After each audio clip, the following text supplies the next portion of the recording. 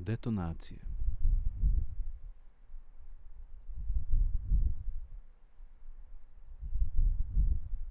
Ono što stalno titra.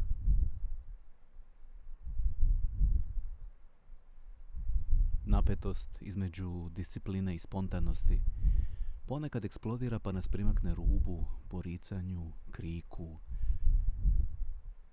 Kao smrt Che Guevare pod obnovljenim milovanjem metaka.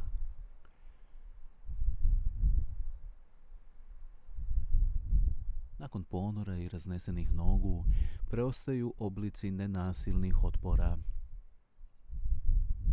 Dani šutnje, štrajk glađu, opustošena zemlja između uma i tijela.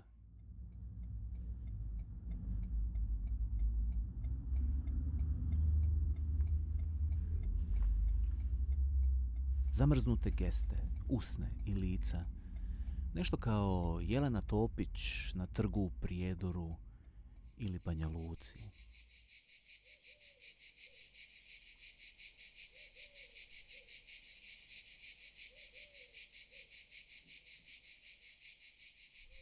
Od rasparanih oblaka ponad nabreklih mliječnih žlijezda lijepimo perje.